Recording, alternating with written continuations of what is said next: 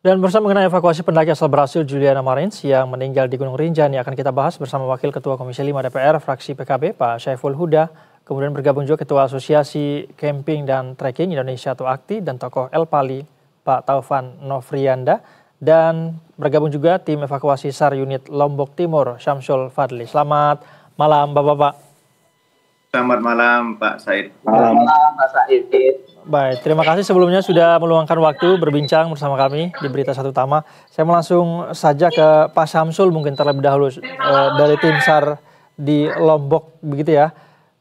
Pak Syamsul, sejauh ini bisakah mungkin Anda memberikan kami sedikit gambaran dulu berkaitan dengan seperti apa sih proses evakuasi yang dilakukan terhadap pendaki asal Brasil ini? Awalnya kami menerima laporan dari TNGR itu jam 9 pagi. Setelah itu kami persiapan di kantor.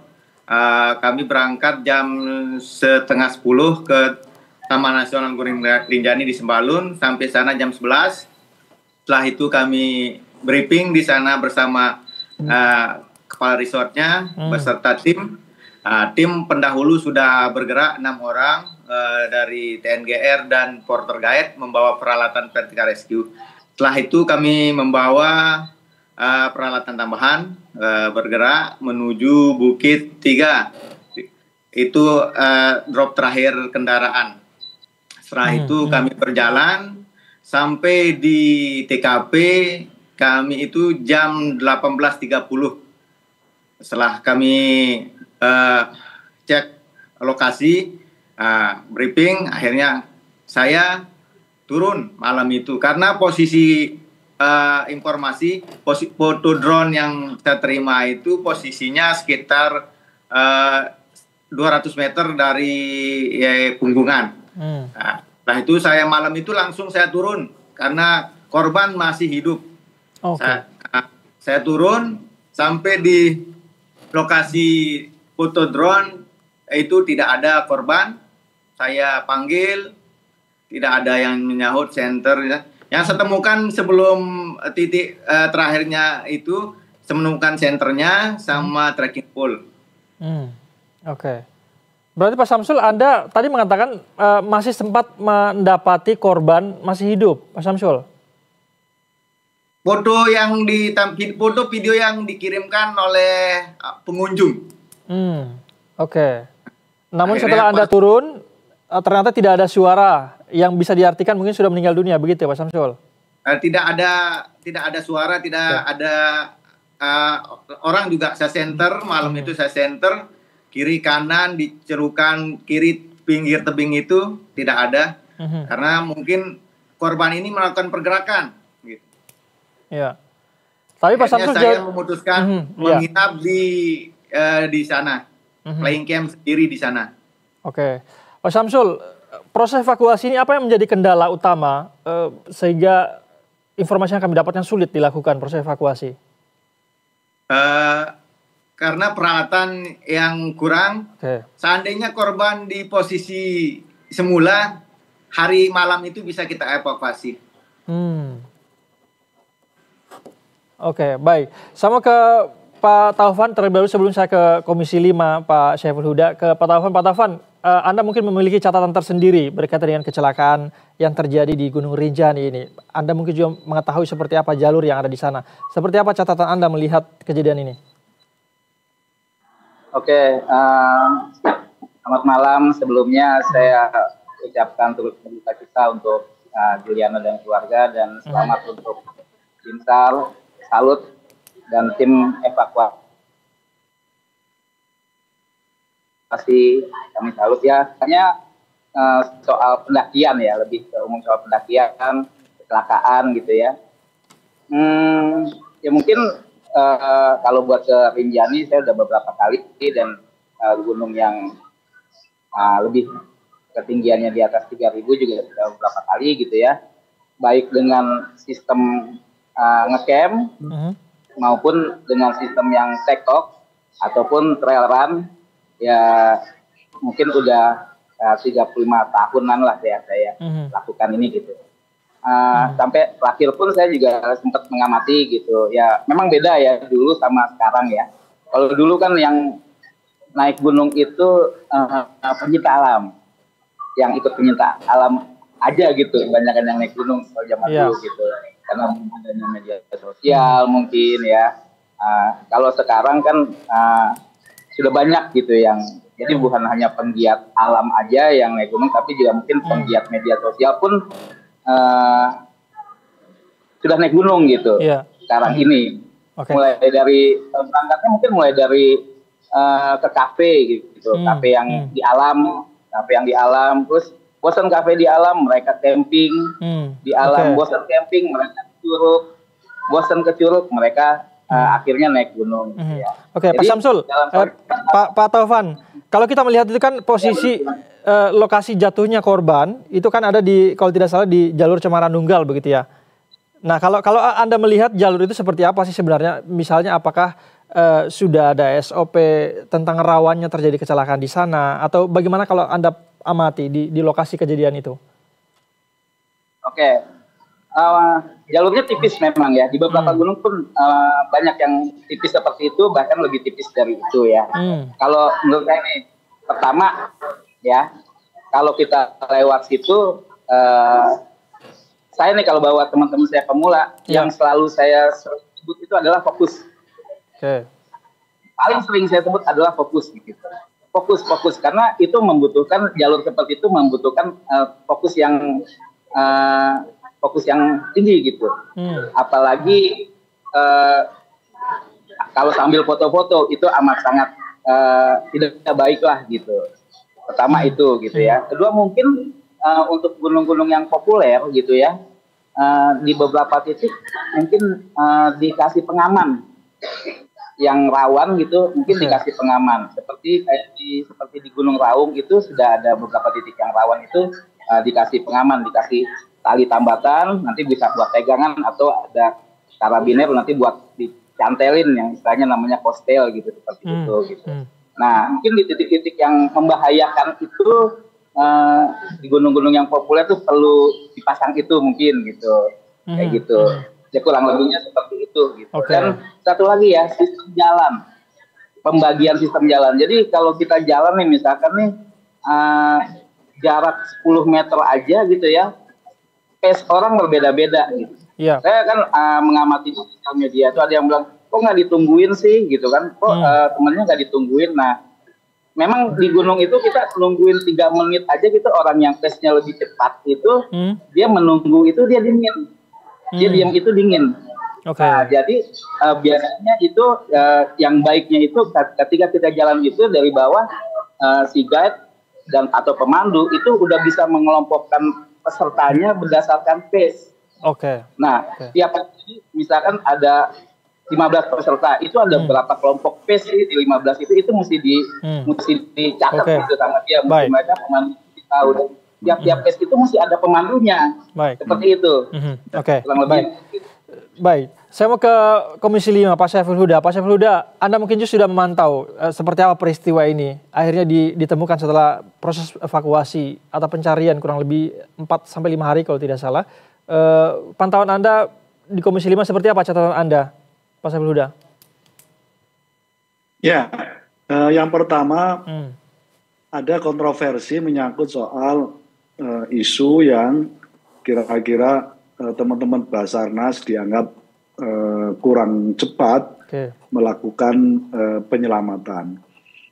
Waktu ada informasi semacam itu, saya konfirmasi dengan Pak Kepala Basarnas, beliau menyampaikan bahwa semua upaya dan ikhtiar sudah dilakukan sebagaimana SOP dalam konteks penyelamatan.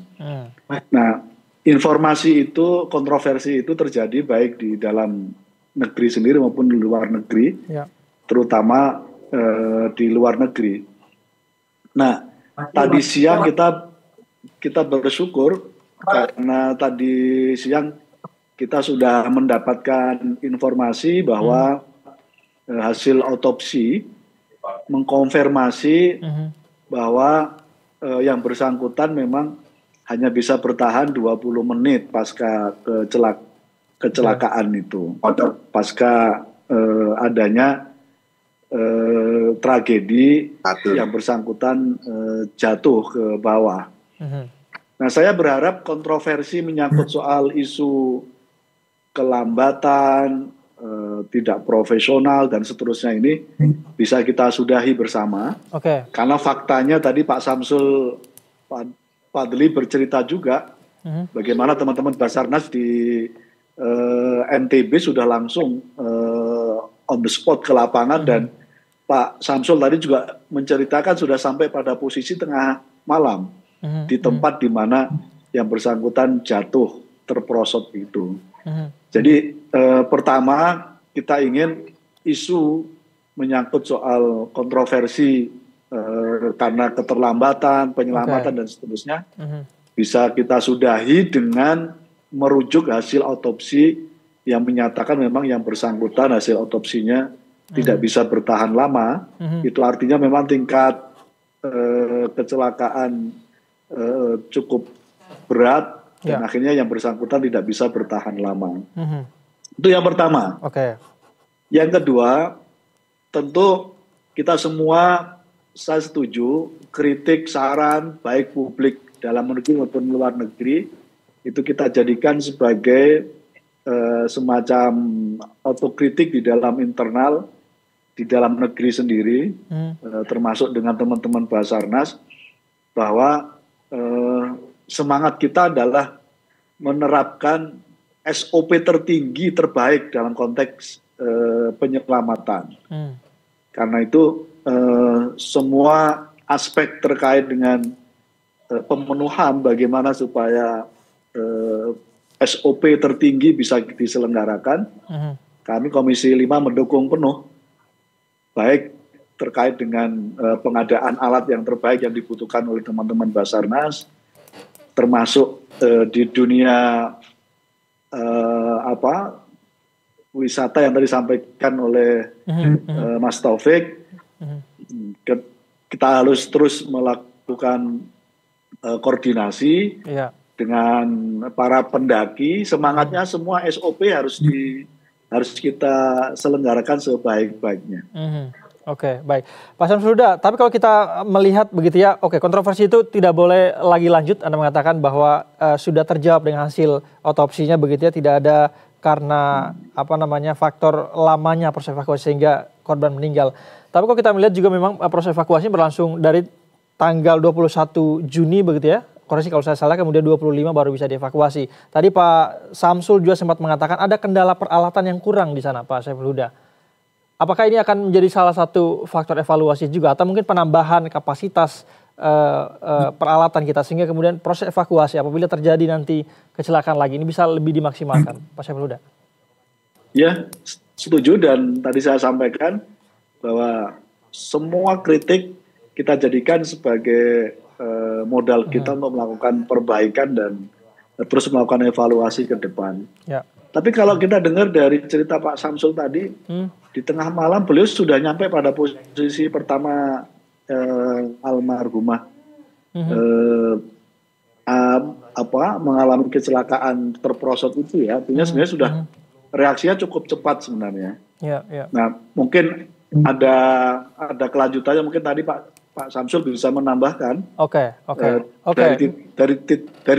Dari titik pertama akhirnya ketemukan terakhir beliau meninggal itu sampai berapa jauh dan seperti apa situasinya. Saya kira Pak Samsul bisa kita tanya lagi. Bisa langsung dijawab Pak Samsul, silakan. Siapa? Setelah dari tempat posisi terakhirnya di foto drone itu sekitar 300 meter lagi. Saya turun 300 meter sampai di sana. Setelah itu nambah 3, dia bergerak dia melakukan pergerakan ke ujung tebing. Nah, di ujung tebing itu dia jatuh di sana. Jatuh 200 meter lagi. Berarti ada penambahan jarak ya Pak Samsul ya setelah dari titik jatuh awalnya? Ya, ada penambahan jarak. Seandainya almarhumah tidak melakukan pergerakan, malam itu saya ketemu. Seharusnya jika tidak bergerak, menambah jarak tadi harusnya bisa didapat di hari itu juga ya Pak Samsul ya? Ya. Oke, Pak Syamsul, kalau yang tantangan apa lagi yang menurut Anda paling krusial dalam proses evakuasi yang kemarin dilakukan? Prosesnya selama 5 hari, apa yang menjadi kendala utama teman-teman di lapangan? Karena informasi yang kami dapatkan juga sempat ada pengerahan helikopter begitu ya, namun tidak jadi. Bisa Anda jelaskan, Pak Syamsul? Karena cuaca selama kita melakukan pencarian itu berkabut. Ditemukan ini hari ketiga pakai drone. Ya. Drone thermal dari Basarnas. Hari ketiga ditemukan, kita tidak bisa menjangkau. Hari keempat baru bisa kita jangkau korban. Apa yang membuat tidak bisa dijangkau itu, Pak Syamsul? Apakah cuaca atau kurang peralatan yang kita bawa, menunggu peralatan yang dari bawah. Oke. Kemudian setelah hari keempat baru kita lengkap peralatan, baru kita bisa menjangkaunya. Saya berempat ke korban. Yang pertama Bang Kapit dari Basarnas, kedua Bang Tio, ketiga saya, dan keempat Bang Agam. Di sana juga kita flying camp bermalam karena kita sampai korban malam, maghrib. Oke, bermalam ini sambil menunggu peralatan datang ya, Pak Syamsul? Kalau hari keempat itu udah peralatan lengkap. Kita bermalam karena takutnya posisinya ini kan di batuan lepas. Ntar kalau kita malam evakuasi, kita yang menjadi korban. Makanya kita putuskan pagi kita melakukan evakuasi. Oke, Pak Syaiful Huda, Anda mungkin mau melanjutkan komentar Anda dari jawaban Pak Syamsul tadi? Ya, saya kira teman-teman Basarnas sekarang sudah cukup sangat maksimal. Nah, tentu sekali lagi ya kalau dibanding dengan model penyelamatan di negara-negara maju, ya tentu pasti berbeda. Nah, karena itu kita ingin sekali lagi meningkatkan SOP tertinggi bagi di kemudian hari terkait dengan penyelamatan ini. Tapi saya lihat betul-betul teman-teman Basarnas sudah maksimal dan cuaca kelihatannya yang tidak mendukung. Itulah yang lalu kemudian berlarut sampai hari ketiga dan hari keempat yang bersangkutan baru bisa dievakuasi. Mungkin pertanyaan yang bisa kita tanya ke Pak Syamsul, yang bersangkutan kira-kira hari keberapa Pak sudah meninggal dunianya kira-kira? Bisa langsung dijawab Pak Syamsul. Nah, kemungkinan pas hari kedua dia berges malamnya itulah malam. Setelah malamnya tidak ada di posisinya itu, nah kan malamnya dia udah jatuh ke tebing jauh itu 200-an meter. Mungkin malam itu. Yang membuat dia semakin jauh, Pak Syamsul, ini apakah angin, longsor kecil atau seperti apa? Kemungkinan dia mencari tempat berlindung yang aman mungkin. Kan beda orang, beda cara survive kita, Pak. Mungkin dia belum belajar. Kan kalau kita udah belajar, supaya kita harus diam sebenarnya. Atau mencari tempat berlindung yang terdekat yang aman. Jangan terlalu menjauh gitu. Pak Syaiful Huda, mau respon? Ya, itu sekali lagi pentingnya kerjasama. Misalnya dengan teman-teman pemandu di perjalanan gunung, di pegunungan kita misalnya, tadi Pak Taufan juga mewanti-wanti betapa pentingnya koordinasi, saling mengerti terkait dengan ini. Nah, karena itu sekali lagi ini catatan penting kita, baik pada konteks kita terus melakukan evaluasi model pendakian apa yang terbaik, dan yang saat yang sama sebagaimana disampaikan oleh Pak Syamsul, semua perbaikan menyangkut soal kecepatan untuk menangani keselamatan terus kita perbaiki ke depan. Oke, baik. Saya mungkin mau ke Pak Taufan. Pak Taufan, Anda sudah mendengarkan mungkin tadi ya sekilas bagaimana kemudian kronologi evakuasi. Namun saya ingin menyoroti soal SOP yang ada di pengelola Rinjaninya sendiri. Ini kalau menurut Anda tempat lokasi kejadian itu di Cemara Nunggal kalau tidak salah ya, itu bagaimana kalau Anda melihat? Apakah sudah cukup aman bagi para pendaki? Kalau dibilang aman mungkin enggak ya. Jadi emang ada beberapa gunung kita tahu gitu. Ada beberapa gunung tuh yang atasnya punggungannya tipis banget. Dan ya mungkin untuk pengelola gunung atau pemandu ya, alat rescue lah gitu. Mungkin juga apakah saya jadi bertanya apa mungkin nih di gunung-gunung yang atasnya itu punggungannya tipis, kita tahu lah, semua pendaki itu tahu lah gunung yang atas punggungannya tipis. Apa mungkin di gunung-gunung yang tersebut perlu di standby-kan alat rescue, kurang lebih seperti itu. Ya kalau kami sih, kalau penyelam memang pendidikan kita itu dari dulu ketika kita berjalan melakukan pendakian itu kita bawa alat rescue.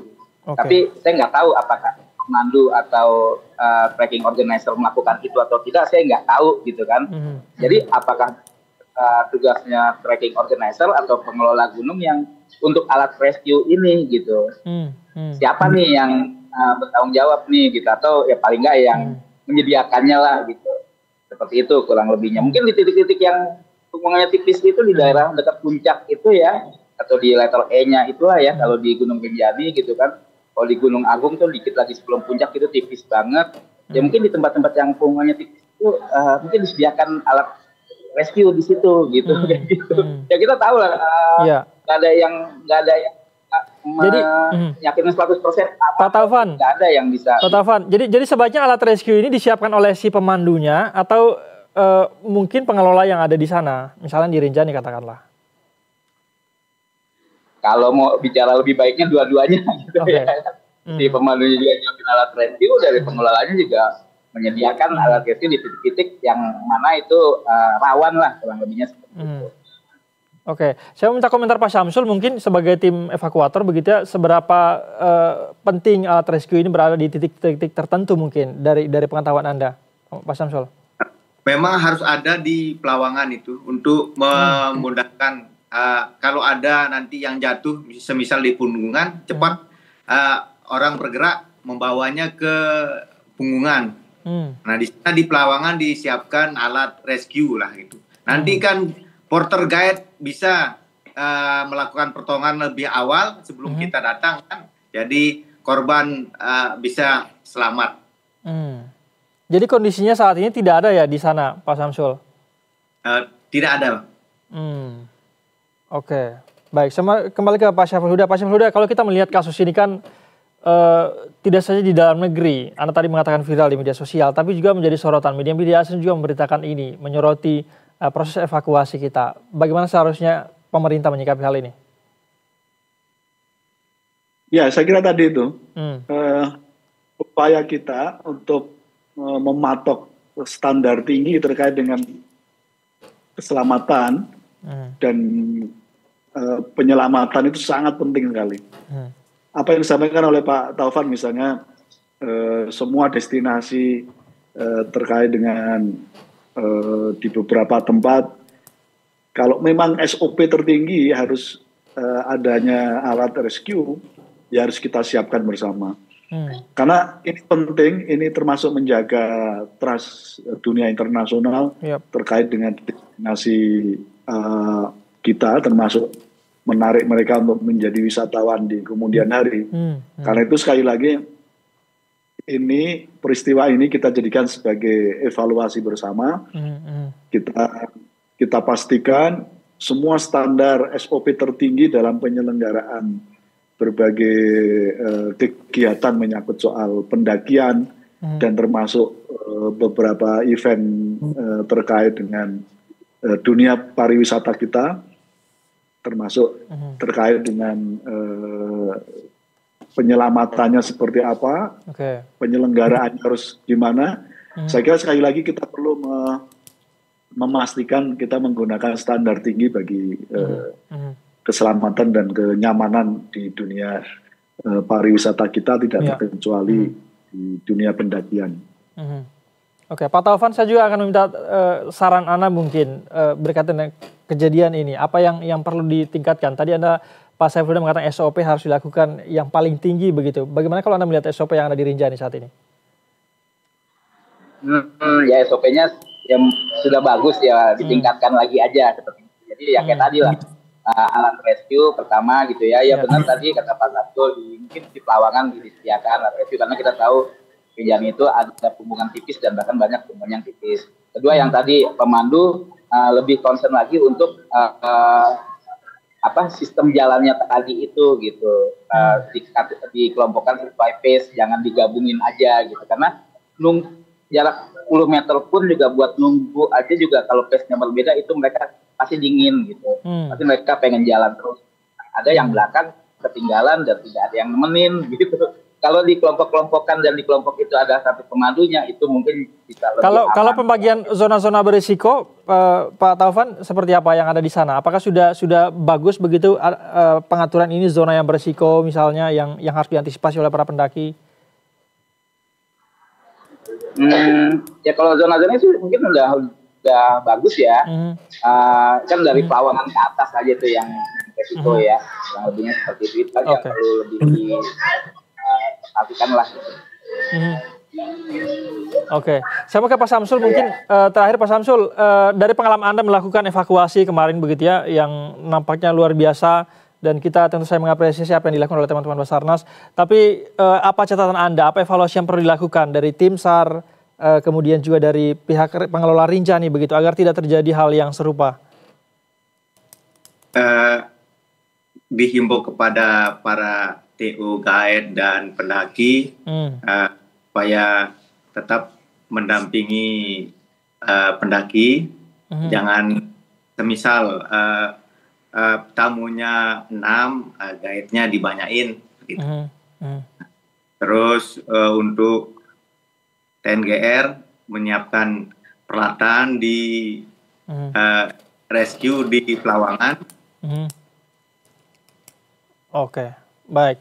Terakhir mungkin Pak Syamsul Huda juga akan memberikan mungkin harapannya atau sebentuk evaluasi. Kebetulan ada Pak Syamsul di sini yang bisa mungkin langsung disampaikan kepada teman-teman yang sudah melakukan evakuasi kemarin. Apakah ada catatan untuk dari Anda, Pak Syamsul Huda? Ya terkait dengan misalnya saya kira semua titik yang selama ini dianggap menjadi zona krusial, kita ingin peralatan rescue-nya saya kira bisa didorong pengadaannya lebih baik, dimaksimalkan. Saya kira ini betul-betul bisa jadi evaluasi kita, sekaligus untuk menjawab berbagai kritik baik dari dalam maupun luar negeri menyangkut soal agenda penyelenggaraan kita ketika terjadi persoalan secepatnya bisa kita tuntaskan dengan baik. Nah karena itu semua kebutuhan terkait dengan upaya untuk perbaikan saya kira perlu kita penuhi bersama. Dalam konteks ini saya mendorong pemerintah untuk memastikan berbagai persoalan yang mungkin selama ini belum terselesaikan, belum terpenuhi, saya kira ini sudah waktunya untuk dipenuhi dan diakseskan. Baik, harusnya ini menjadi pelajaran berharga ya, momentum untuk kita berbenah melakukan evakuasi terhadap apa yang sudah terjadi sehingga tidak terjadi lagi. Kita harapkan juga tentu di Komisi 5 begitu ya, agar mendorong mitra-mitra utamanya yang terlibat langsung dalam hal ini bisa kemudian melakukan evakuasi. Terutama tadi Anda mengatakan SOP tertinggi ya. Terima kasih banyak sudah bergabung bersama kami Pak Taufan, Pak Syamsul, Pak Saiful Huda. Selamat malam, salam sehat. Sama-sama. Berikutnya misalnya Presiden